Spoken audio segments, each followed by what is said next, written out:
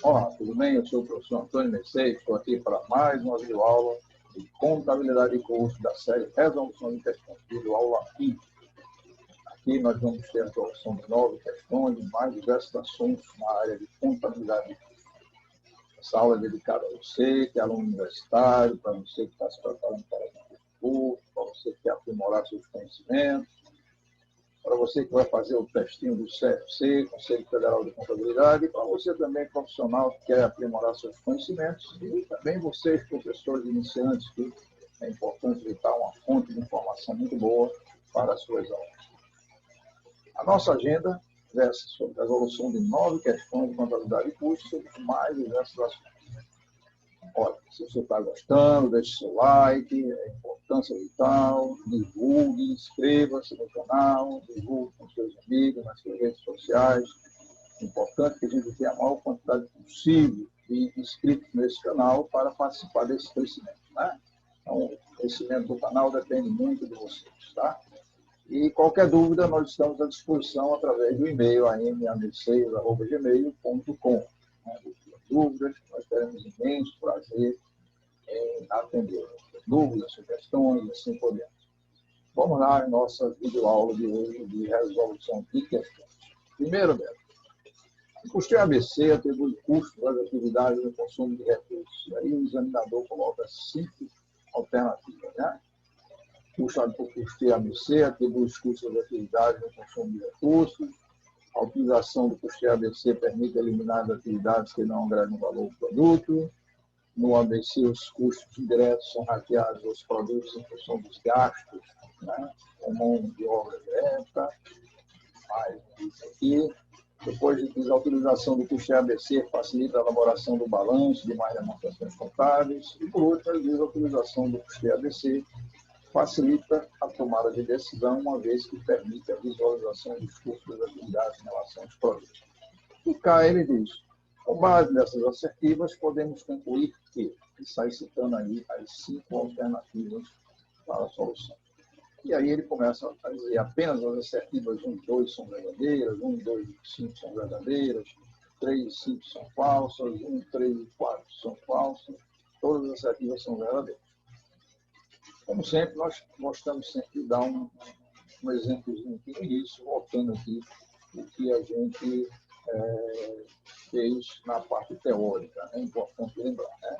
E aí a gente começa a lembrar o seguinte, quando a gente tratou o ABC, a gente viu que tinha 3 coisas importantes, né?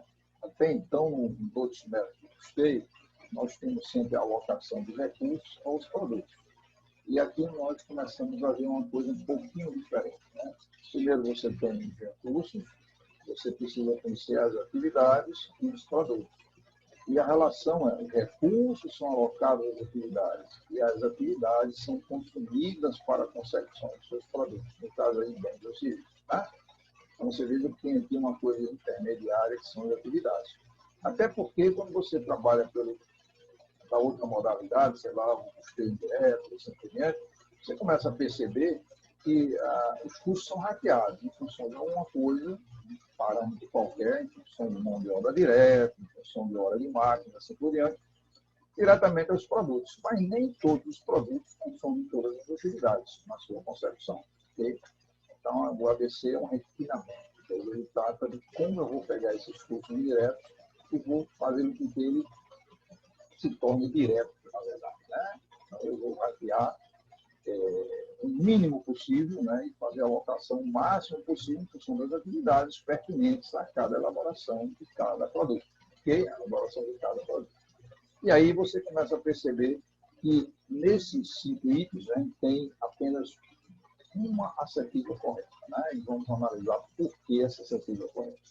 Ele diz apenas as assertivas 1, 2 e 5 são verdadeiras. A 1, porque o custeio ABC atribui as atividades no consumo de recursos, atividades, essa é verdadeira.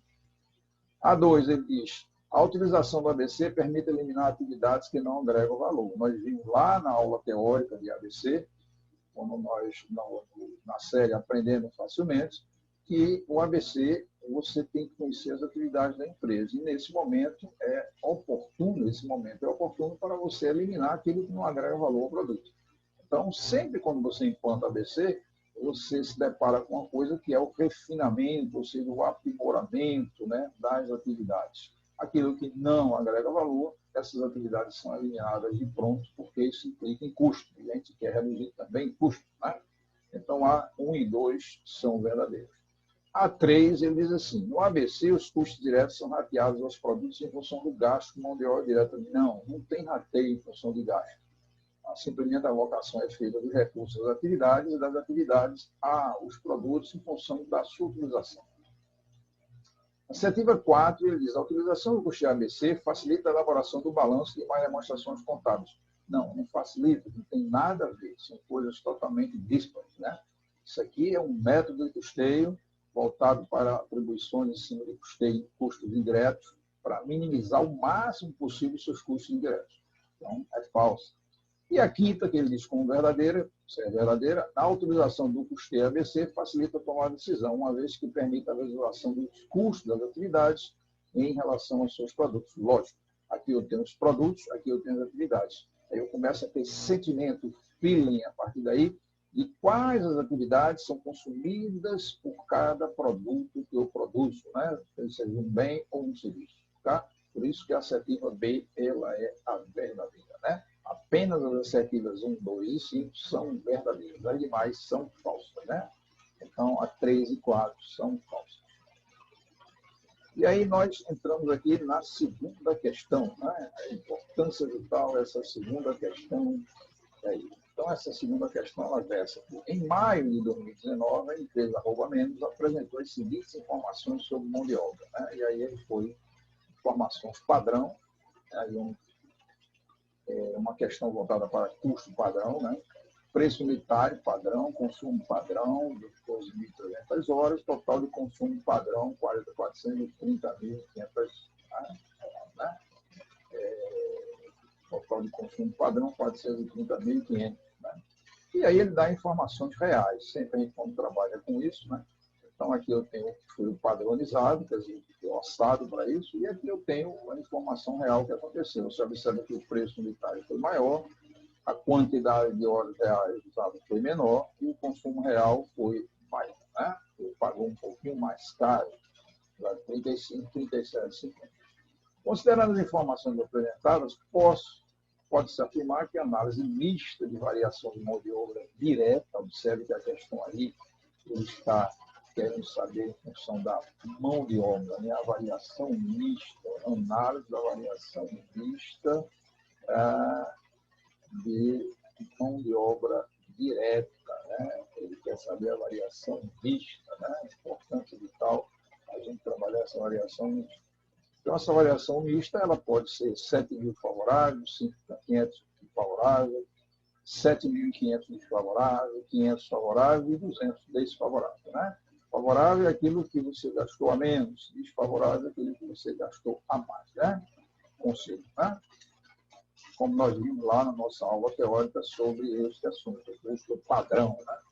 E aí nós vamos ver a solução, né, dessa questão 2. Primeiro, o que é a variação mista? Né? Só lembrando aqui, vou fazer um esquema aqui também, a gente viu isso na aula lá, teórica. Né? Então, você tem aqui as coordenadas cartesianas, você tem aqui, evidentemente, aquilo que foi orçado, que é o padrão, está aqui, né? E você vai se deparar com aquilo que foi realmente acontecido, né? Aquilo que aconteceu no dia a dia, né? Que é a realização em si. Né? Então, a realização eu posso estar no mais ou no menos. Né? Então, eu podia estar aqui no mais, eu gastei mais aqui, valor que cobrado e aqui também. Lembrando que nesse eixo nós temos aqui as quantidades envolvidas, o volume, e aqui nesse eixo aqui nós temos os valores envolvidos correspondentes. Observe que numa situação dessa eu tenho coisas interessantes, eu tenho coisas voltadas para variação aqui, né? Taxa e aqui variação de volume. E aqui nesse cantinho aqui eu tenho variação mista, variação de taxa e volume. Né? Então, lembrando a parte teórica desse assunto. Então, a variação mista, na verdade, é a diferença de taxa e a diferença de eficiência, quantidade, que no caso, quando eu estou tratando mão de obra, é eficiência. Se eu estivesse tratando um produto si, a nível de material direto, por exemplo, eu estaria trabalhando com quantidade e valor. O preço unitário e a quantidade. Aqui, como eu estou tratando de mão de obra, eu vou ver a taxa e a eficiência dele, ou seja, quantas horas ele gasta. Né? Então, aqui está a diferença, esse pedacinho aqui, ó, diferença de eficiência e diferença de taxa horária de taxa. Então, se eu pegar lá a diferença, você vai ver que a diferença de taxa, ou seja, do real para o orçado, né, ou seja, o padrão, foi 2,50. A diferença de eficiência é menos 200. Então, na verdade, se eu multiplicar isso aqui, eu tenho menos 500. Quando eu gastei menos nessa taxa de diferença, ela é favorável. Né? A diferença é favorável. Né? Então, vamos ver a prova do nome. Como é que a gente prova isso para ver se está real ou não? Né? Vamos calcular de outra maneira para chegar a esse mesmo valor e ver por que menos 500 é favorável. Né? Então, a gente gastou menos na variação vista. Né? Variação de eficiência é 12.100 menos 12.300. Observe que nós estamos tirando daqui. 12.100, né? 12.100, 12.300. Os valores estão aqui. O padrão e o real. Né? Só voltando para lembrar. Então, 12.100, mas é vezes 35, né? Trabalhando com essa diferença, o valor é menos 7 mil. Então, é favorável. A variação de eficiência é favorável. Então, isso aqui foi aqui bem. Né? Na verdade, correu aqui. Né? Agora, quando eu trabalho a variação de taxa, eu vou pegar a taxa real menos a taxa padrão, vezes a quantidade de horas. Observe que eu estou vendo aqui a quantidade de horas, 12.300, a quantidade de horas padrão. Né? Essas formas, é bom lembrar, né? Ela está lá na aula teórica sobre esse assunto, né? Custo padrão, na série Aprendendo Facilmente, custos. Né? Então, dá mais 30.750. Como foi positivo, é desfavorável. Então, a variação de taxa foi desfavorável e a variação de eficiência se gastou menos horas, então foi favorável no caso. Né? Então, qual é o custo real? O custo real é 453.750.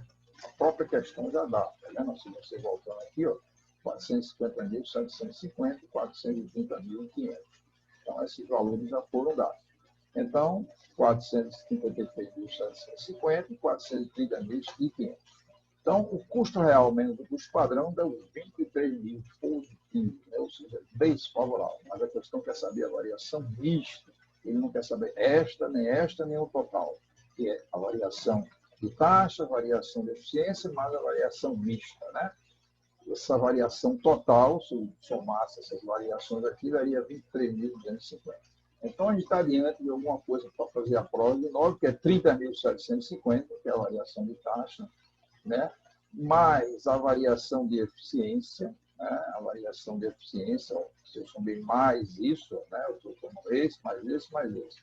Mas como ele é menos, então mais com menos dá menos, vai ser igual a 23.750, que é exatamente a variação, a diferença entre uma menos a outra. Né? Se eu somar a variação daqui e a variação daqui, eu vou ter a variação que você tem de 23.750. Né? E aí eu vou ver uma coisa interessante.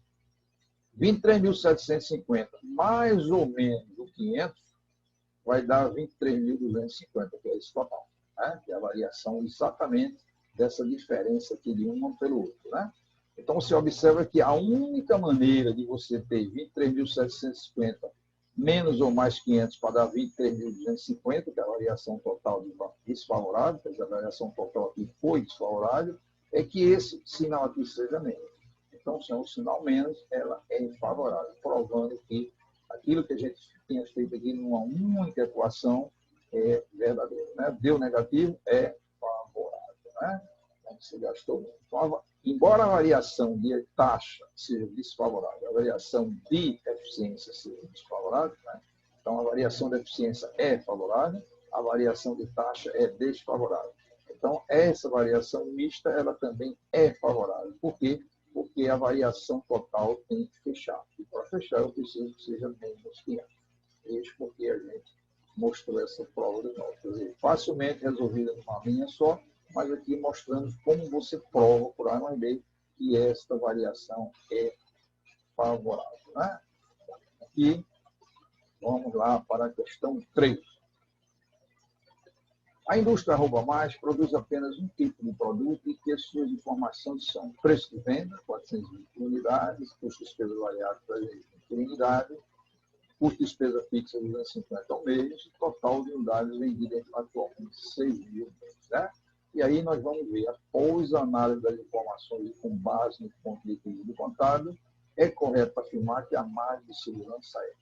Lembre-se, nas aulas teóricas e exercícios também, a margem de segurança é alguma coisa que eu vendo a mais do que meu ponto de equilíbrio. E aí ele está com valor em percentual.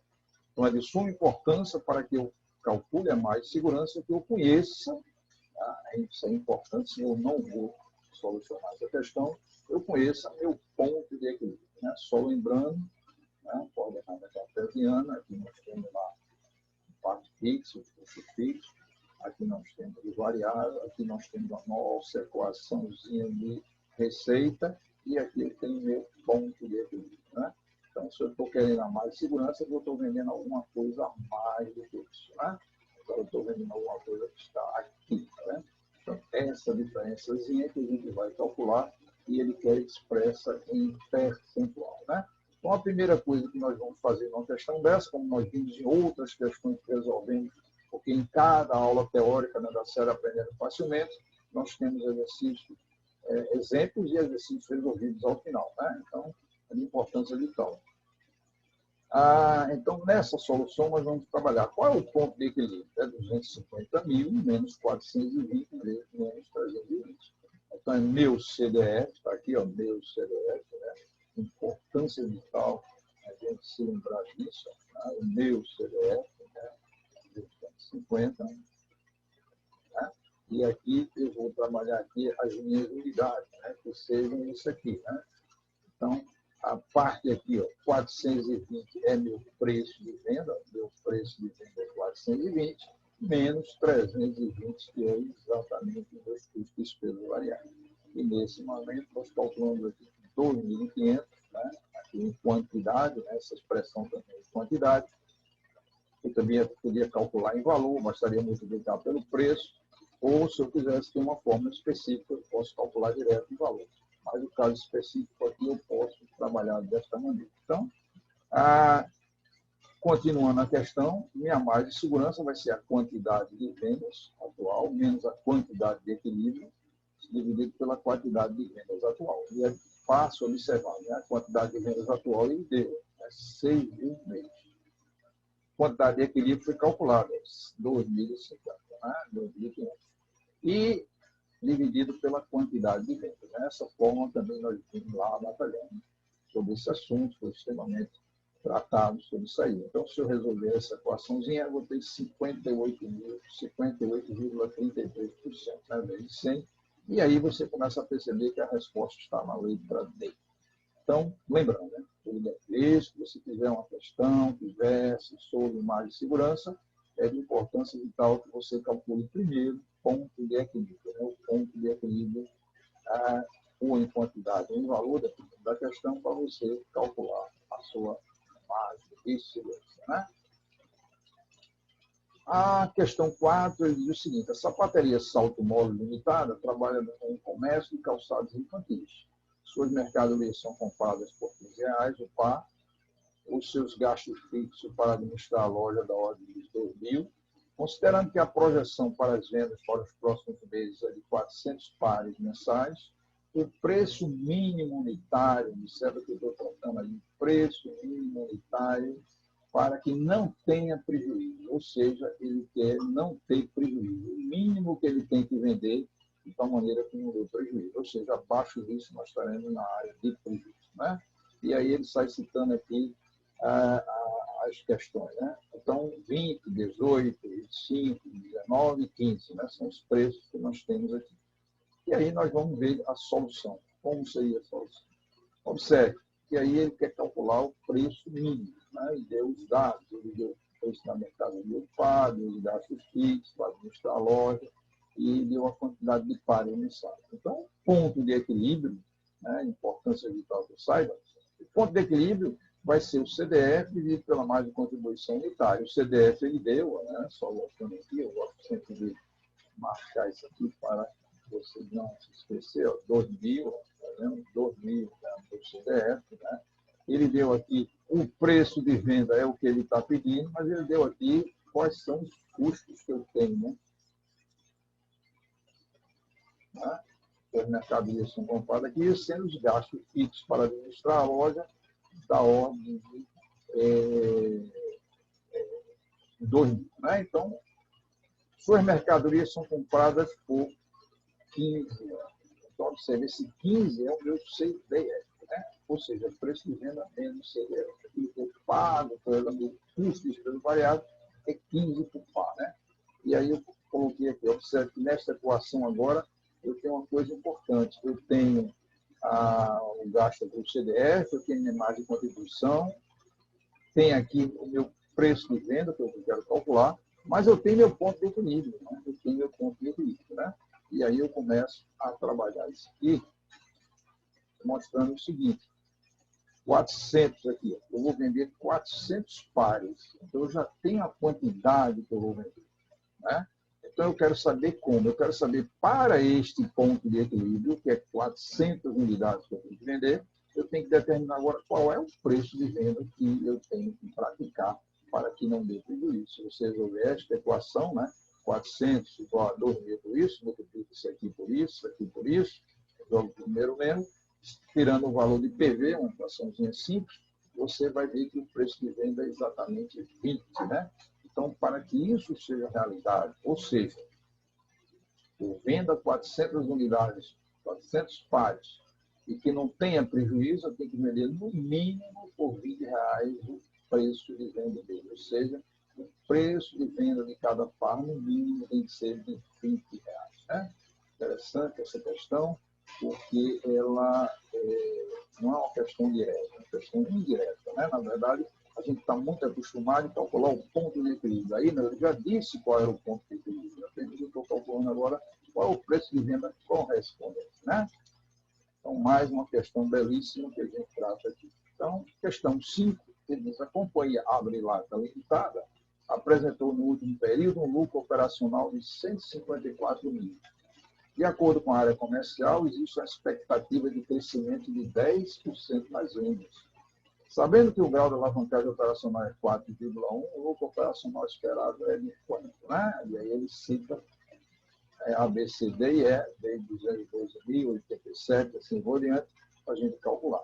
Observe que você tem o lucro operacional, você tem uma expectativa de crescimento e tem alguma coisa, sabemos que o grau de alavancagem.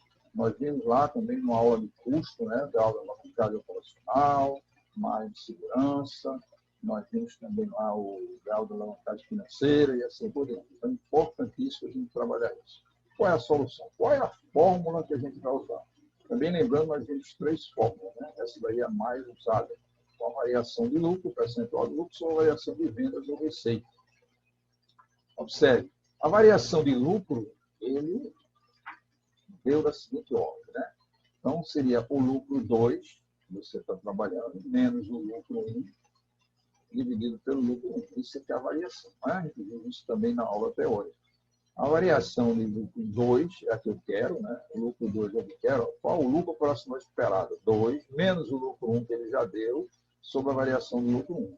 Essa expressão vai me dar, evidentemente, uma incógnita, que é exatamente o L2. Né? A variação de receita ele já deu. Sabemos que o crescimento da expectativa da receita é de 10%. Como também ele deu o GAL, né? Ele já disse que o GAL é 4,1. Só é aplicar.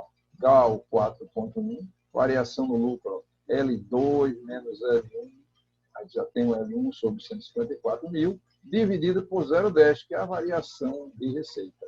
Então, se você tirar dessa expressão aqui o valor de L2, você vai achar que o L2 é 217.140. E 217.140 é a letra C. Observou?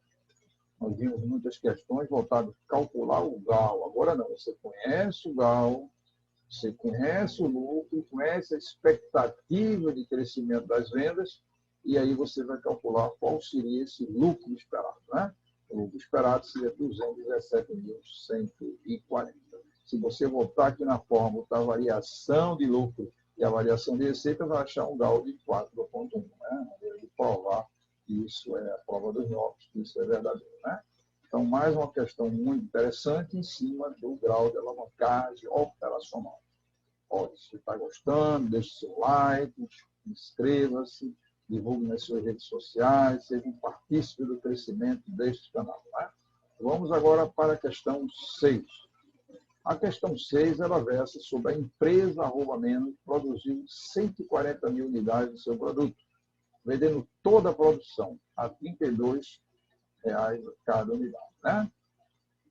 Com o custo de despesa variável totais unitários, respectivamente, 8 e 2. Seus custos fixos foram de 1.114.000 e a despesa fica de 244 mil. Considerando essas informações, a margem de segurança identificada em percentual foi de, mais uma vez, a gente trabalha com margem de segurança. Né?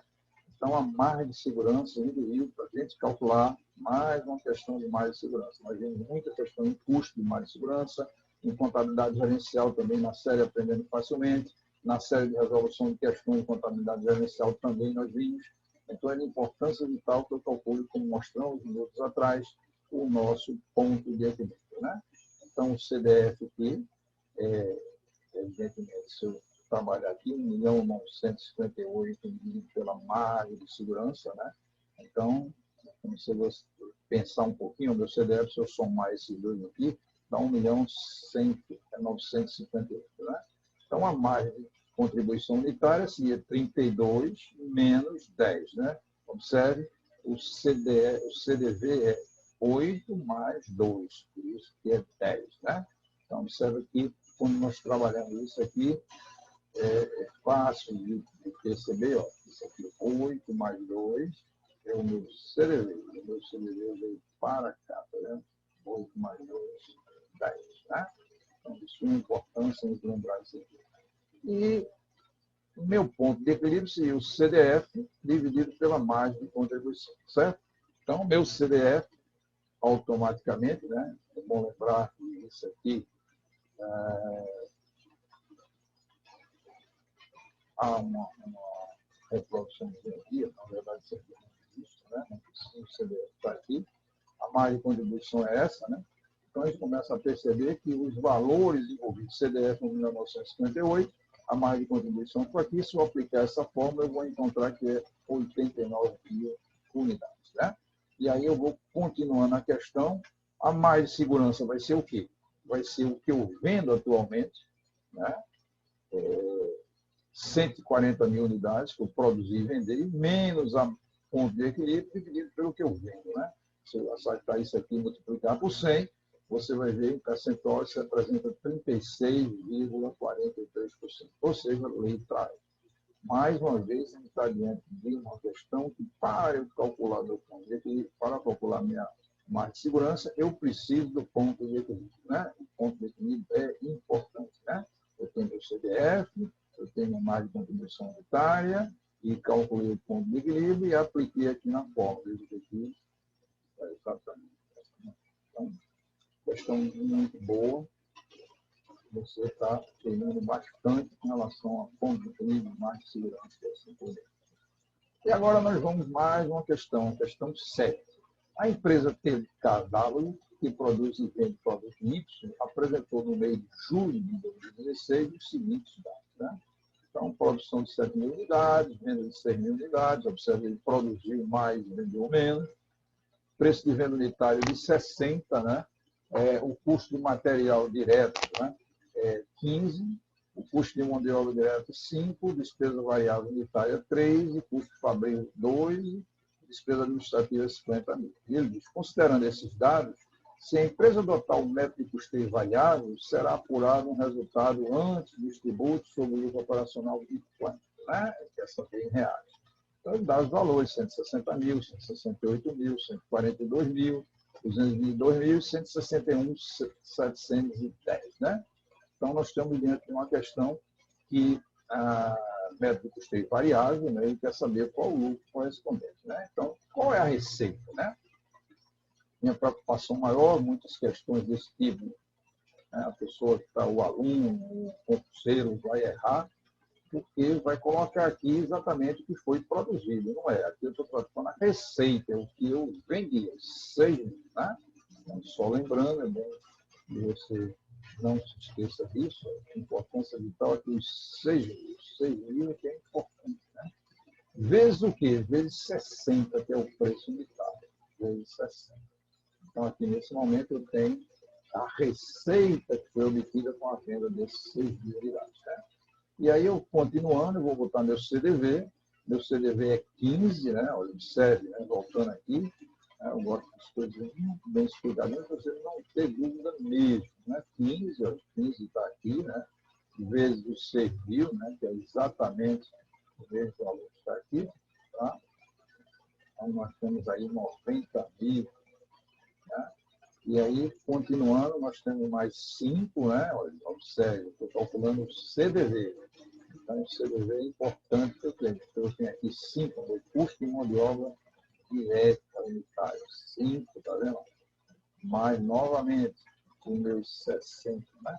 Então, eu vendi quanto? 6 mil, né? Então, está aqui, ó, 6 mil, né? Vou ter aqui 6 mil. E vou prosseguindo, veja que negócio interessante. E aí, eu tenho 3, quer dizer, para chegar ao valor total, eu preciso levar em consideração tudo que foi gasto. Então, minha despesa variável foi 3. 3, minha despesa variável veio para cá, 3, e também mais os 6 mil, né, com relação à quantidade vendida. E, nesse momento, eu sei que o meu CDV seria 90 mil, mais 30, mais 18. Então, aí eu posso continuar a questão. Então, minha margem de contribuição seria esse 360 menos 90 mais, no caso global, 90 mais 30 mil mais 18 mil. Então, minha margem de contribuição total deu 222 mil. Nesse momento, eu tiro o meu CDF. E o meu CDF foi isso. Custo fixo fabril de 12 mil, né? Então, eu vou somar os 12 mil mais despesas administrativas também, né? 50 mil. Se eu somar aqui, dá 62 mil. O CDF, custo de despesas fixas, é da ordem de 62 mil, né? Então, nesse momento, 222 mil menos 62 mil, você vai ter um resultado, antes da tributação, de 160 mil reais, que é exatamente o que ele quer saber. O lucro antes da tributação, né? E aí 160 mil dá a letra A. Então, uma questão belíssima que envolve custeio variável, né? Custeio variável, né? Então, basicamente, é uma questão que envolve custeio variável. Você tem que fazer uma DR simplificada, evidentemente, que resolve a questão, certo? Mais uma questão importantíssima de custo, né? Esse assunto também está lá na nossa videoaula 6, né? De custo, né? Na série Aprendendo Facilmente, caso de custeio variável, né? Então, vamos mais uma questão. A questão agora é a questão 8. Analise as assertivas a seguir, mais uma vez em cima de ABC, né? No ABC, os processos são vistos como um conjunto de atividades que necessariamente são desempenhadas sempre dentro do mesmo departamento. O custo padrão corrente é útil com base na referência de elaboração dos orçamentos. Aí envolveu ABC, a segunda letra já fala de custo padrão corrente, o 3 fala de custo padrão não deve ser utilizado para avaliar desempenho. O 4, o custo padrão corrente considera algumas ineficiências da empresa. E assim, quando há limitações na capacidade produtiva, é recomendável fabricar o produto que apresenta maior margem de contribuição por unidade do recurso limitado em quantidade, né? Observe que aí tem 2 assuntos importantíssimos, né? ABC e custo padrão. Custo padrão esse com limitação e sem limitação, né? Interessante, né? E o item 5 fala de margem de contribuição. Então, nós temos aí 3 importantes assuntos na área de custo e contabilidade gerencial. Custo de ABC, custo padrão e margem de contribuição. E aí ele começa, o examinador diz, diante dos postos são corretas somente as assertivas 1, 2, 3, 5, 4, 3 e 4, 1, 2 e 3, 2, 4 e 5 e 3, 4 e 5. Né? Vale agora a gente analisar cada item desse em função daquela. No ABC, nós vimos minutos atrás sobre esse assunto. Né? Esse ABC, minutos atrás. Então, o ABC ele trabalha com recursos, né? Ele tem aqui Vamos trabalhar com recurso, né? Esse recurso aqui é importantíssimo. Depois você tem aqui as atividades envolvidas e, por último, você tem os produtos. A gente viu minutos atrás numa questão que os recursos são consumidos pelas atividades, né? Nessa ordem, e as atividades são consumidas pelos produtos durante a sua concepção, a fabricação do bem, né? Então, você não tem alocação direta dos recursos aos produtos, como é no rateio simples, né? O ABC é uma sofisticação, de maneira que eu minimizo ao máximo, vamos dizer assim, os custos indiretos. Então, o ABC fala disso aqui, né? Então, vamos ver. Vamos observar uma coisa interessante. Ele diz que a letra D, que é 2, 4 e 5, é somente coisas verdadeiras, ou seja, estão corretas. Vamos ver por que isso a letra D é a resposta.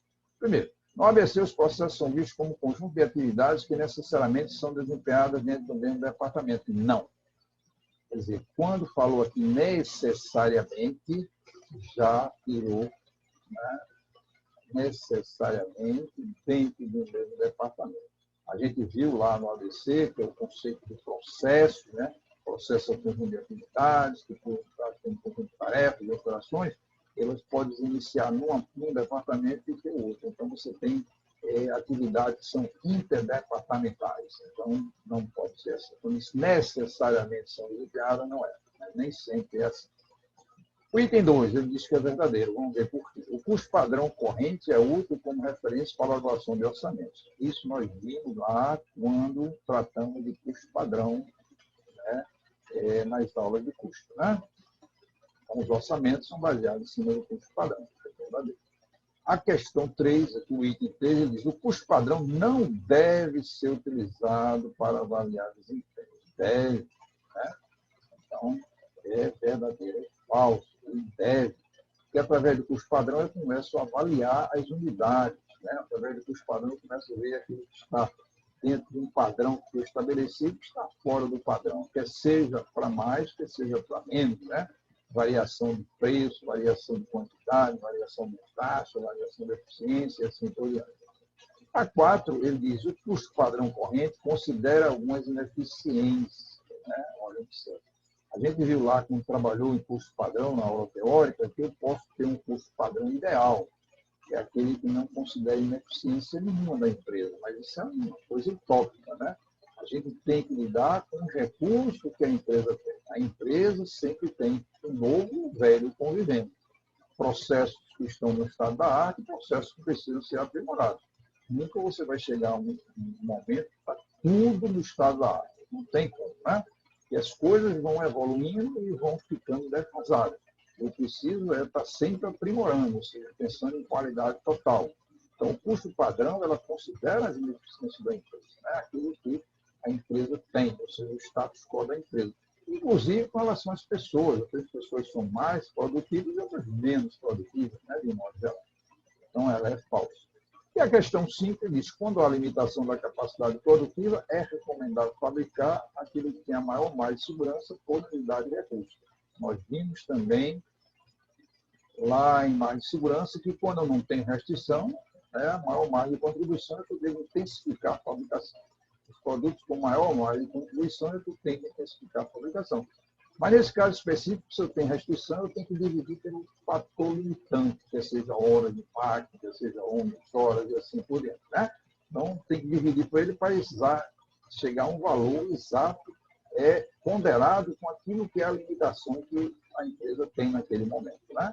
Então, por isso que é verdadeiro. Então, a questão, né, 2, 4 e 5, elas são verdadeiras, né? Importantíssimo não só responder, mas explicar o porquê da resposta, né?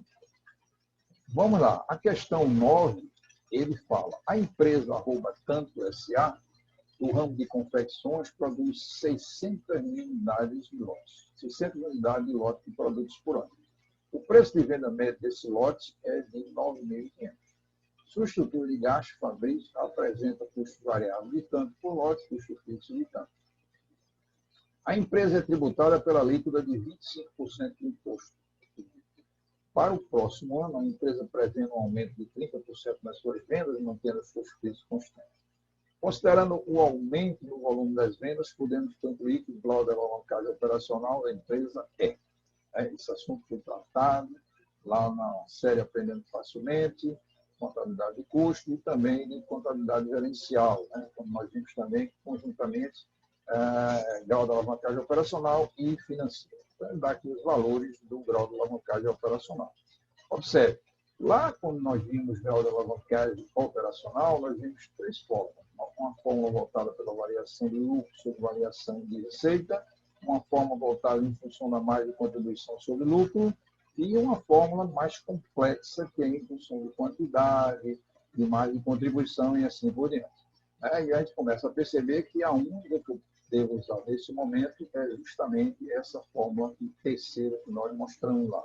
O grau é a quantidade vezes margem de contribuição dividido pela quantidade vezes margem de contribuição menos CDF. Né? Então, isso é que é o grau de alavancagem operacional. Né?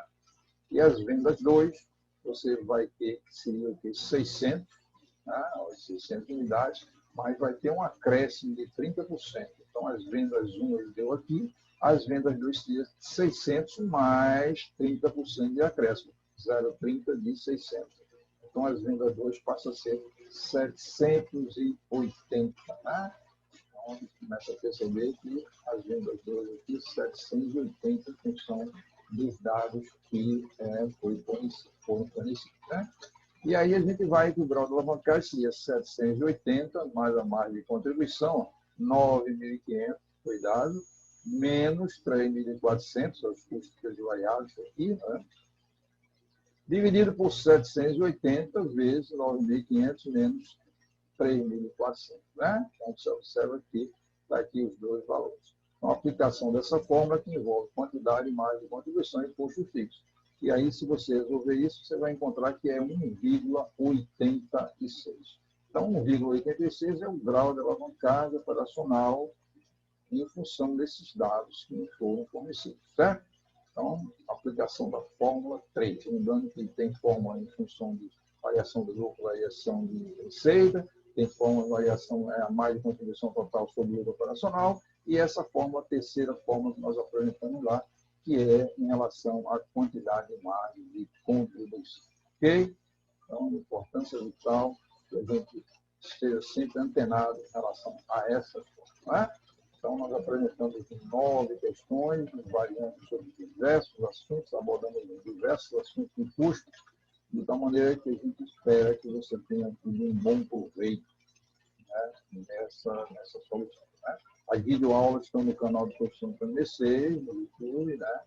E o canal do conhecimento. Lá você vai ter as aulas teóricas, lá também nessas aulas teóricas sobre esses assuntos nós temos exercícios resolvidos, né? E exemplos, né? Importância vital. Evidentemente, se você gostou da aula, deixe seu like, se inscreva, importância vital, divulgue nas suas redes sociais, ajude ao crescimento deste canal. E qualquer dúvida, sugestão, um problema que você não tenha resolvido, queira que eu apresente uma solução aqui, só é mandar para anc.gmail.com e atenderemos com imenso prazer. Né? Muito obrigado pela sua participação, agradeço antecipadamente as suas sugestões e solicitações e até uma próxima aula.